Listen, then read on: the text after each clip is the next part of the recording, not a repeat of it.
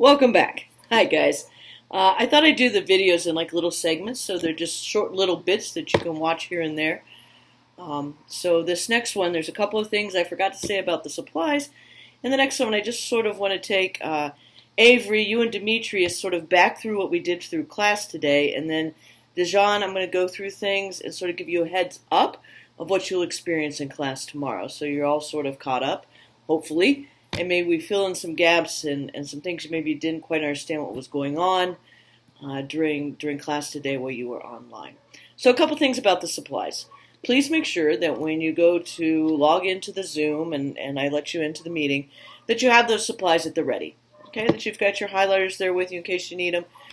You will use that 5-subject notebook every day, so you want to make sure that you have that with you. And the 2-pocket folder, like I said, I don't think you really need that quite yet unless you return back to campus. Now, I realize how you might be wondering, how am I going to submit my work that I do by hand in the 5-subject notebook? I think what we'll try is just to take a picture of it, all right, of your work, and submit the photo that you've taken of what you do in your 5-subject notebook. All right, so at this point, we did do some things in the 5-subject notebook, but I'm not too sure if that was really clear to you and Demetrius and Avery with what we did today in that 5-subject notebook. So we're going to go back over that. So here's sort of how class went today. As you were online sort of listening in, these are the things that we did. We started with prayer. All right, I took intentions and we prayed together. Certainly, please, if you guys have anything that you want us at school to hold in our prayers for you as we pray every day in class, type those up and email them to me or put them in the chat at the very beginning when you log on, and I will make sure to include your prayer intentions for the day. After that, I just went through some quick reminders, talked a little bit about the bathroom pass for those who are on campus, and just sort of checked in to see how everybody was doing. We went through the supplies today. We set those supplies up, and I just did that in the previous video with you, so you should be good to go there. And then the first thing that we did today was your quick write. And that quick write we'll do every single time we are in class together. All right? It is just writing practice. If you want to get better at something, you have to practice it, much like a sport, a musical instrument, or anything that you're interested in improving. And certainly this year, we want you to walk out of American literature, or log out in your case, better readers, better writers, and better thinkers. And you can't become a better writer until you do some practice with that, some daily practice with that, or at least every single time that we meet in class. So we did our first quick write today, and I gave everybody a piece of text, a piece of writing called The Rambling Autobiography, and that's what I sent a PDF of to you. I scanned that in and sent the PDF via email. And that text is something called a model text or a mentor text, written by someone else who uses and applies some of the wonderful crafts of writing in their piece. So we looked at that piece today, and I just had people read through it silently, underline and circle things in that rambling autobiography piece that they liked, things that they thought that the writer did well, that was unique, sort of out of the box. Some people today noticed that she used some similes and some really good imageries, and we just talked about the piece as a whole together. All right, so we sort of looked at that and talked about what the writer did, all right, to make the piece effective. And we also talked, it's a rambling autobiography, and rambling means to sort of go here, there, and everywhere. And an autobiography is something that you write about yourself. This one was odd because typically an autobiography goes in order. I was born, then I did this, then I did this, then I did this, then I did this. And when you read that text, it sort of jumps all over the place. But it's beautifully done, and it's a very nice piece of writing. So after we read through that rambling autobiography, and hopefully you had a chance to read it today while we were reading it in class, and Dijon, hopefully you read tomorrow when I talk about the rambling autobiography. It's the PDF that I sent you, right? And you noticed some things. And then what I did is I gave everybody 5 minutes. I set the timer, and the challenge was in those 5 minutes to write your own rambling autobiography about yourself. And you could look at the mentor text, all right, the part that we read written by someone else to get your ideas.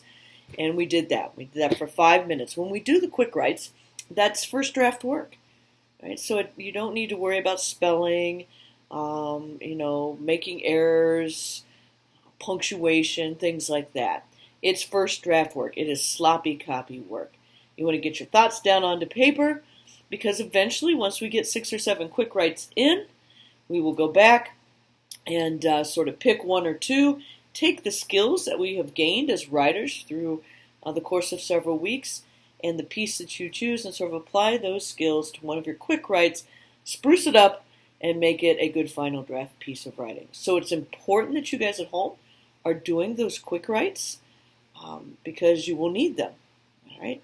So if you were a little confused today and you didn't get the quick write done, that's what you need to do. All right. If you have questions or comments, or you're not quite sure, please email me those questions and comments. After the quick write, we did some vocab review. I had everybody number in the practice section of their 5-subject notebook 1 to 10. And I simply picked 10 of the words you used last year from Mr. Johnson. I said the word, and everybody tried to write down the definition. We went over them and just practiced them a little bit. So we just got our feet wet a little bit with vocab before we jump in and have new words that are our own, not the ones from last year. After vocab, we talked about the different types of readers. That there is an active reader and a passive reader. And your active reader is the reader that engages with the text. So when you're reading something, you're asking questions, you're writing things in the margins, you're highlighting figurative language or other literary terms or tools of the writing craft that you notice. Right? You're making connections to the piece that you're reading in yourself, and you're writing that down in the margins. When Mr. Johnson had you annotate, that was active reading. And that's how we want to read this school year.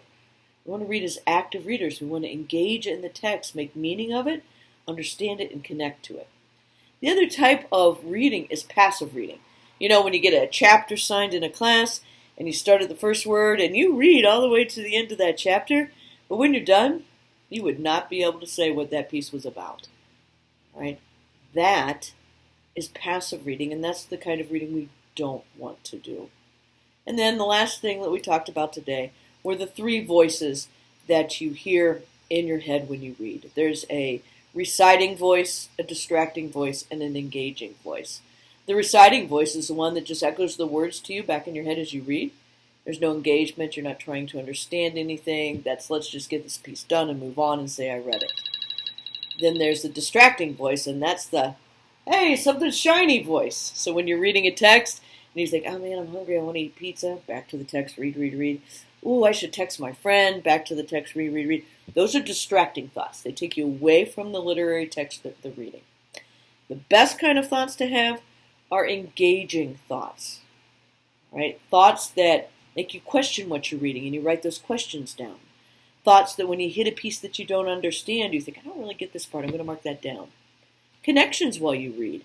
You're reading a piece and you think, oh my gosh, that's just like my life, and you write it down. Defining words you don't know. Highlighting literary terms like you did with Mr. Johnson last year. Summarizing chunks of the piece that you're reading in the margins. That, your engaging voice is the one you hear in your head that helps you do that when you actively read. And that's what we want to do this year. So we're going to continue to practice that. I did a quick demonstration with a bucket of water today. I skimmed my hand across the top of the bucket of water and said that's sort of like passively reading. You skim the surface, your hand is barely wet, it dries.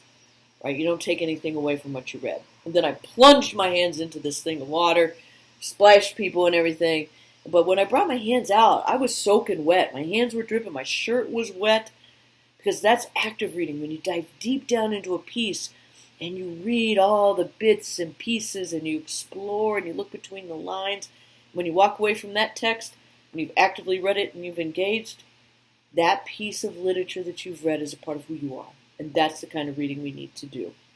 So Avery and Demetrius, that's sort of what we went through in class today. John, that's what you're going to experience tomorrow in class. All right.